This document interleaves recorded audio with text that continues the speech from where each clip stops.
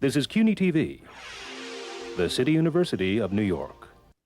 Hello, I'm Doug Muzzio. This is City Talk. It's cool and it has buzz. It's a park in the sky, the most important addition to New York's public realm in decades. It's been idolized and scrutinized, a monument to New York City's industrial past. It's a great West Side story.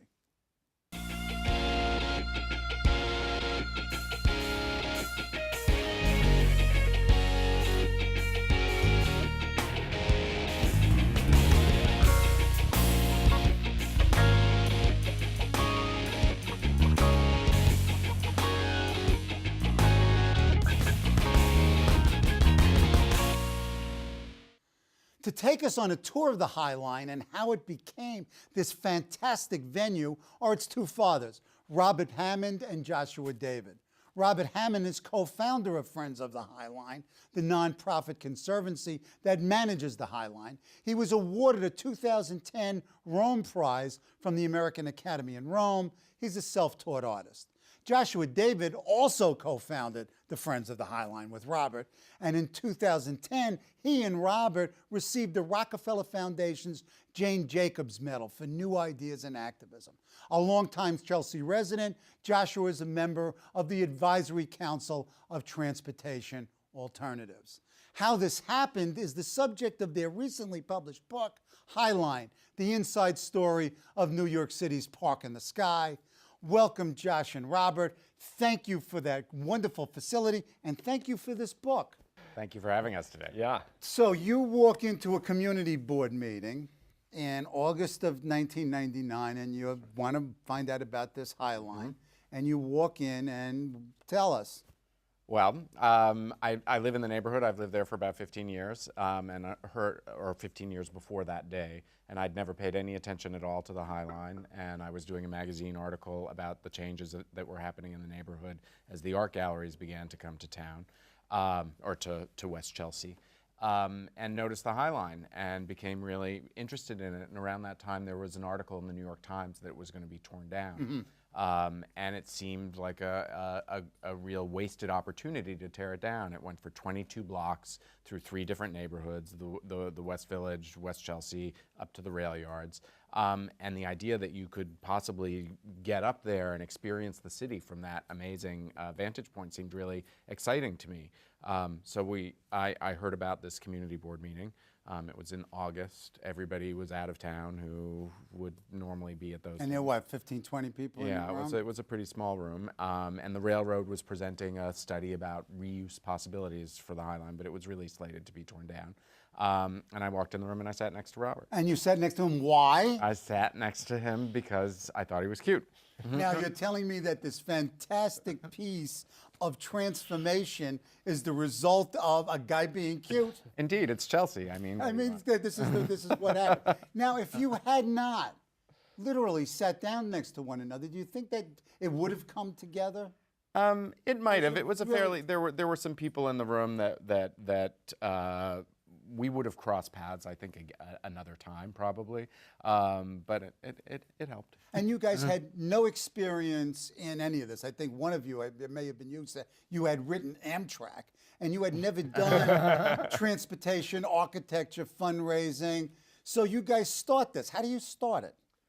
I mean, the first thing we do was say, well, why don't we do something together? We, exchanged business cards, and then I think we met. And, the idea early on was also to see if we could get someone else to take it on. Since neither one of us had any background, we both had, our own careers.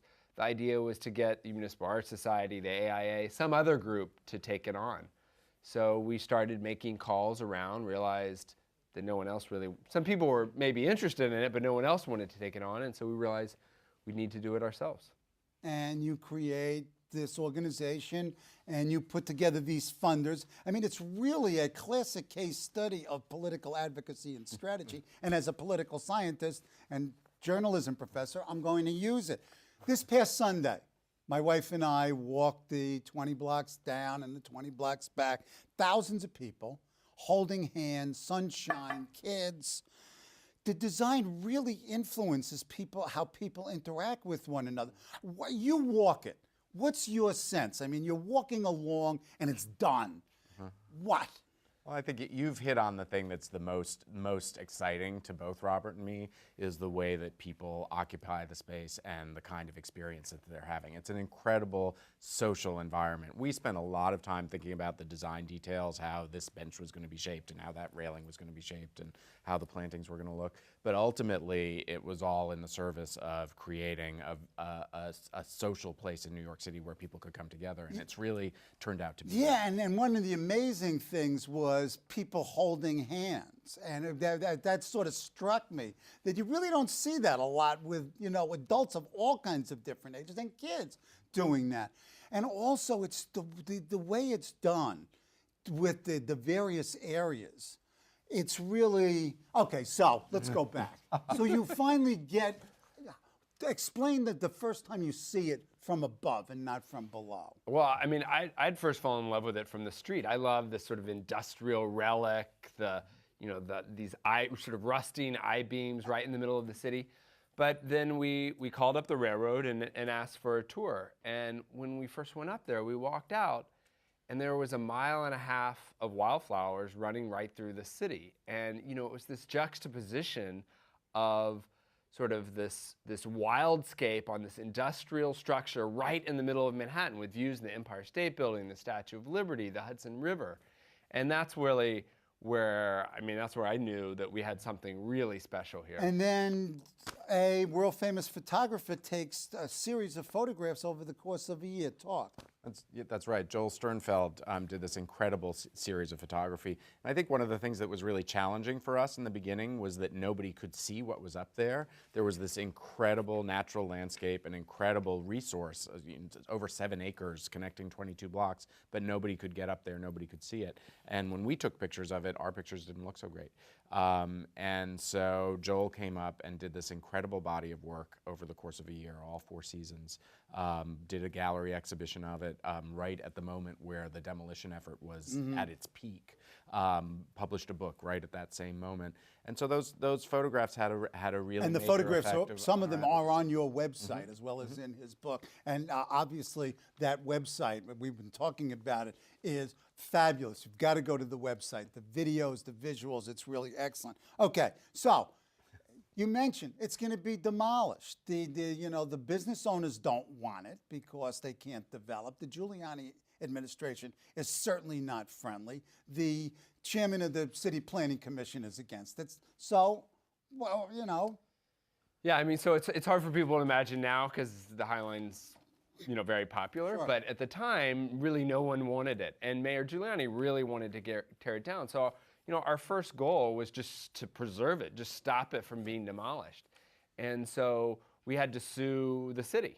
And in order to sue them, you had to raise money. Exactly. So talk about that strategy, your fundraising. Well, I think, you know, a lot of times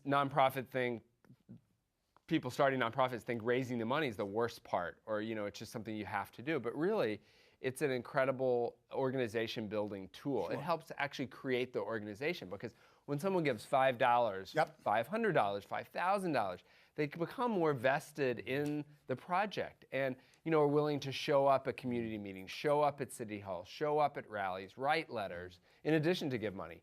So not only did raising that money help us stop it from being demolished, but it also started the creation of this group, Friends of the High Line, that now, you know, manages and operates the park. And then, but you tapped into some fancy folks in your organization when Diane von Furstenberg and Barry Diller give you, I guess now a total of what, $35 million? Yeah. And they start you off with what? What was the first one, 15? It started at $5 million and gave us another just kept 10, going. 20. So one of the things that I was interested in, certainly in reading the book, is you have all these aha moments, these hallelujah moments, but you can't enjoy them. So talk about sort of the hallelujah moments, as well as sort of the less positive moments.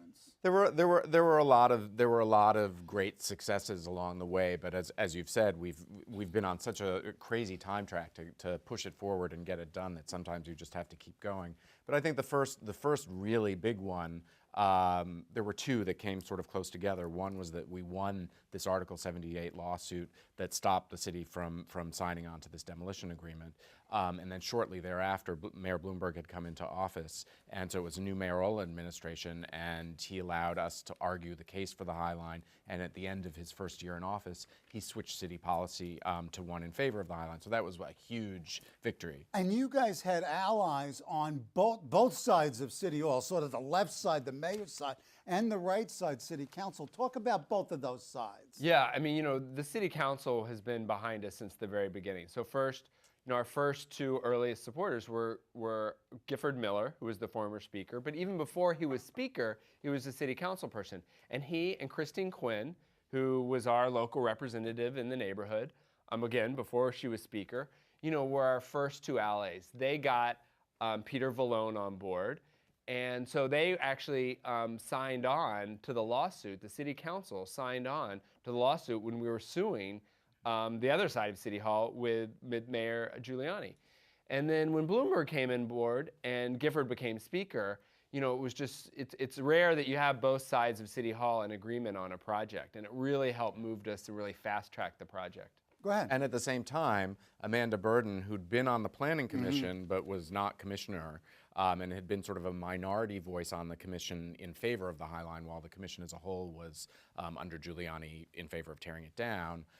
We had the extraordinary good fortune of Mayor Bloomberg came in and made Amanda the planning chair, somebody who is already passionate about the High Line and totally understood how it could fit into the future of New York City. So those two things happening at the same time. Right, and then go ahead. And then Dan Doctoroff, Okay. who was at the time the big proponent of the Olympics, Right. and was the deputy mayor of economic development, and he really got behind the project. And rebuilding, and that Yeah. I mean, this is the part of his title. And that's so I often think he forgotten. thought, I don't think it was the beautiful Joel Sternfeld pictures that got Dan excited about the Highland. I think he saw the economic potential. Yep. That this was could be an economic engine for the whole neighborhood. And so he helped really push it forward and also get important funding. We got funding, the High Line was the construction was, the majority of funding came from the city, and it came from both the council and the mayor.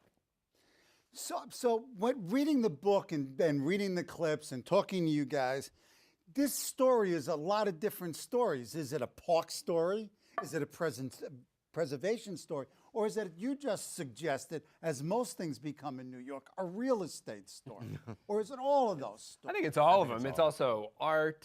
It's horticulture. I mean, that's one of the reasons it's successful. It's just, I mean, for a long time we didn't like calling it a park because it functioned as more than a park. Right. It's almost now it's almost like a cultural institution and an economic driver and all of those things in one. And I think that's what makes it special. Well, parks have always been, economic development instruments. I mean, starting with Central Park, clearly has done that. One of the early things that the city administration did was do a economic feasibility study that showed that this would more than pay for itself.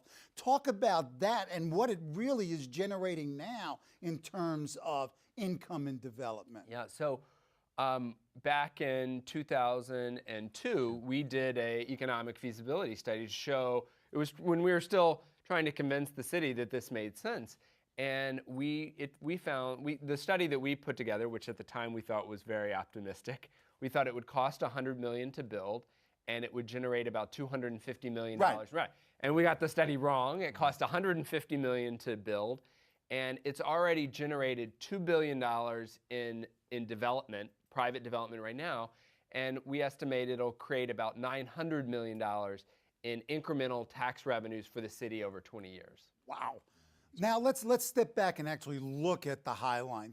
Describe what it is, where it goes, what it was, and the various phases, because in this show we'll be talking about phases 1 and 2, and then next time we'll talk about phase 3. So it was built in 1929 to 1934 to get dangerous rail traffic up off the streets. And before that, it was really dangerous. People were getting run over on the 10th avenues. Avenue was called Death Avenue. Death And they had, Avenue. wait a minute, they have cowboys, and we have Yeah. photographs of this, of people shooing the pedestrians Right. away so the trains don't And run still them people over. ended up getting killed. Getting killed. Go ahead. So it took them a long, long time to figure out how to deal with this problem, and it was called the West Side Improvement. It was much bigger than the High Line. It went all the way from Spuyten Duyvil all the way to Lower Manhattan. Most of it put the trains underground, but where the High Line is actually in the old Hudson River. It's landfill, so they went up. It only ran actively as a freight line for about 30 years. Interstate highway traffic began to pull traffic Sure. away from the freight trains. You deindustrialize. Right. And so the trains slowed and then eventually stopped running in around 1980. And parts of it were torn down at the southern end. And then it just sat dormant from 1980 roughly until we reopened it as a park. in And it 2009. starts where and ends where as of now? Starts at Gansevoort Street, and as a structure, it goes all the way up to 34th Street, going from the meatpacking district through West Chelsea up to the rail yards. Right now, we have 2/3 of it open. The first third of it, from Gansevoort to 20th Street, opened in 2009. And then the second third from 20th Street to 30th Street opened this past summer in June 2011. And we're hoping that we're going to be able to get start on the third section within the next Oh, year. please do, because you look out and you see sort of that vast wasteland that you guys must have seen when you looked at the first portions of it. Sort of walk up the high. I mean, what is it like walking it? You guys have, how many times have you walked? I got it. You know, again, it's really nice that we get a lot of credit, but really, you know, the design team that created this Yep. park that we Yep. love is James Corner Field Operations and Dillard Scafino and Renfro with Pete Uldoff. And, you know, they're the ones responsible for creating this. Talk about incredible what they design. did and So, the concept. You know, what people, you talked about the Joel Sternfeld photographs. When we first started, we didn't really know what should go up there. And we said, you know, the community, the city should decide. And what people fell in love with was those Joel Sternfelds, that wildscape that Yep. was going up there. So the design team had this dilemma. How do you keep what's special and magical about that wildscape, but how do you let, you know, open it to the public? So they created this idea of this concrete walkway with these planks Yep. that sort of comb into the landscape. Yep. It's almost like the landscape's clawing it back, and it blurs the line between the hard and the soft. And that's the underscore of the whole design that runs throughout. And then they created almost different kinds, they call them rooms, and there's sort of different experiences you walk through. In one area, there'll be sort of a forest of trees. Another area, Which still has leaves on it. Yeah. Fabulous. and they've created, Pete Uldoff created the plants. It's a lot of the plants were growing up there before, but he also added to it. So you have blooms all the way from from starting in February all the way to December. Right now you go up there and plants are still blooming. Yep. And so it's every 2 weeks it looks different. So it's constantly changing. And the wood's great too. And also what's fascinating about the High Line that other cities like Chicago and Philadelphia really don't have with their rails is that you're not on an avenue. You're Right. in between the buildings. And not only in between the buildings overlap it. Talk about those features of it. Yeah, I think you've hit something that's very important about the High Line is just the way the structure itself goes through the city. At the time that it was built, they were already beginning to tear down elevated train structures over the avenues because they were darkening the avenues. and Sure. Considered I a lived negative. in one in Jamaica Avenue and it's still there. Right. So what the railroad did was they acquired easements over private property inboard from the avenue. So it goes through the center of city blocks. And so that gives you this sort of this secret view of the inside of city blocks. And it was designed to carry the trains directly inside factories and warehouses so they could load and unload. Yeah, and in fact, in the Nabisco building, you've got all these spurs. Now, some of them just lead into, brick walls because they end. And another feature that sort of struck me was just the fact that the houses are right there, the windows are right there, and then there's the I don't know if they're the apocryphal stories of sex escapades happening in various hotels. I mean, how truthful is that? Because that's an urban myth. I look every time. I look every time. Well, we look and too. I don't see it that often, so it's a little bit. But my favorite is sometimes you'll just see tourists standing, just waiting, right, looking up, hoping. But it's a real show, and then there are balconies, and you're actually walking into. Now, is there access from these developments that many of them by world famous architects? No, we didn't want any private access. The High Line is public, it's free, it's a park, and that's something, we run it in conjunction with the Parks Department. The Parks Department has said they did not want didn't want you walking along and some people to have a key and some people not. So all the access points are going to, it's a public park. So all the access points are always public. One of the interesting features, and then we'll refer to a piece in today's New York Post, is the extraordinarily low crime rate. There are no major crime. I mean, 2 years and you have no major crimes. Why? Yeah, well, I mean, we've had now 7 million people walk on the High Line, and there's no major crime. I mean, partly because it's so well used, and that's. I mean, from the beginning, they said the security experts said it's going to be safe because one, we have it on camera. Right, and you control the access. It closes, late at night, but the main reason is just. It's so well used, Also, the city planning department made some really intelligent design decisions when they were creating the zoning around the High Line.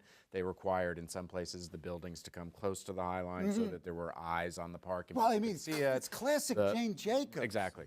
And the way that the entries and exits were staged every 2 blocks or so there was never too long a run where you couldn't get on or off. Yeah, it's really, there were a number of decisions that were in the planning that were to emphasize safety. Talk about how it's run. I mean, what do you guys do and who runs it? I mean, the Parks Department owns it and you guys, the Friends of the High Line, run it? Talk to me. Yeah, so we modeled it after the Central Park Conservancy. So we're a conservancy, we're a private nonprofit that manages and operates it with a license agreement with the city. So all the gardeners you see up there, all the maintenance workers, the people cleaning the bathrooms are all Friends of the High Line employees paid for by people that come members. And they have their green and they have their distinctive logo. See the High Line staff, but they're all paid for by private donations, by people becoming members of Friends of the High Line. What's your budget? It costs about $3 million to run the park. Now you have full operational responsibility? Yes, under the jurisdiction of the Park Department. Right. So, everything we do with the Parks Department, but those are all our employees. Now, there were Parks Enforcement Patrol officers there as well. What the city does is the city's in charge of security. So all of the security up there is by Park Enforcement Police. But it's important for people to understand. They think it's a New York City park, therefore the government has paid for it. The government did pay a lot to help build it, but its daily operations now and going forward are all paid for by New Yorkers who contribute to it, who make it possible. Now, has that taken off? I know, in terms of your book and the story, that sometimes it was a bit difficult, and you had lots of. Are we at the point where you're at a takeoff point where you really? Well, don't have to worry? I mean, no. I think our biggest worry is long term. Right now, and like all the proceeds from the book go to the park. We're doing good. We're very fortunate to have a lot of people being very supportive. But this is going to go on forever, and so we just need people to stay involved. And right now, it's new, it's fresh. Right. A lot of people are interested in it. What we want to make sure is that it's going to look this way in 10, 20, 30 years. Okay. You mentioned earlier that this is more than a park. This is a cultural attraction. It's an art museum. Sunday when we walked down, my wife and I, there's this giant picture of a $100,000 bill with Woodrow Wilson in the front. Yeah. And it was striking, particularly with all the real estate development and all the money that's being made. Was that conscious? Well, I mean, one of the things we knew we wanted is for art to be a part of it. It runs through Chelsea. There's more galleries in Chelsea than any neighborhood anywhere in the world. And as you walk along, you can see the gallery. But it's not that public. Sometimes the galleries don't want you in there, and even if they do, you don't know which ones to go to. Right. So you even, New Yorkers, they know the galleries are there, but the art's not really public necessarily. So we knew we wanted to bring art to the public. So we have, at any one time right now, we have about 5 different public art pieces on the High Line. They're all temporary, so if you don't like them, they go away. And No, I love them. And one thing is great. There's a Edison Parking who owns this billboard at 18th Street. Has for the next few months has given us this billboard. So every other month we'll get to put an artwork, and then it'll go back to Now, wait a advertising. minute. Wasn't Edison one of the early opponents to this? That they is- must be that's- making that's- money from that's- this that's- development. Well, that's the irony, is a lot of our old opponents are now huge supporters And- because they realize it's been good for, In part because of the rezoning that allowed them to derive economic benefit and from it. in their defense, I think a lot of people looked at Josh and I and said, well, these guys don't have any money. They don't have any experience. How are they going to do that? Right. So I think people thought, well, it'd be a good idea, but it's never going to happen. So, now they're more supportive. And that work is by So John. there's an advantage in not looking too strong at some point. And that's part of the fun of that billboard. Right. The artist is John Baldessari, And he just opened it. It's great. Yeah, who's famous. It's just for December, and does a lot of tongue-in-cheek art, and so it's people can read whatever they Oh, want. no, I into saw it as social so- commentary, Yeah. and very sharp social commentary. The other thing that's very interesting is the what is it, 700 panes of glass by taking the photographs along the river. That's another fabulous piece. Yeah. So what's coming up in terms of, we've got a couple of months of wintry weather. What kind of art? What else are we going to see? So we have a donor that's helping pay for the art program, and he donated a projector. So we're going to be showing art movies at 22nd Street, Wait a minute. silent movies. Wait a second. Is that the building that's got sort of the white stucco face? Yes. That's the projector? Yeah, so and it's got the only at stadium. night, I so told my starting- wife that's what it was. You Yeah, can so see every silent night, movies? right now, there's a Gordon Matta Clark art film that's played, and you can even see it from the street when the High Line is closed. Fabulous. Fabulous. We only have a minute to go. Well, you're coming back. You're coming back for another show. What do you feel right at this moment about the High Line? Capture it in a sentence or two if you can. To me, it's just beyond any dream that I ever had for it. I think Robert and I both had hopes and expectations of what it could be, but when we go up there today, it's so far exceeded what we ever really dreamed of it being that it's just really thrilling. And do you ever feel, like, somewhat selfishly, like, yeah, I did it? No? Well, someone Right. sent me an email when we opened the High Line that said, just remember you never have to do anything else in your life. And I printed it out, and it's above my But you desk. do now. But we do. But you do. Okay. And one of the things that we will do is come back to these two guys in 2 weeks. Thanks to Joshua David and Robert Hammond for joining us today and for their magnificent legacy. They'll be back to talk about the phase 3 of the project. We'll be joined by Dan Barish, who'll talk about another creative use of defunct public space, the Delancey Underground. Next week, my guest will be Michael Wahid Hanna, fellow at the Century Foundation. We'll talk about Egypt and the Arab world here on CUNY TV.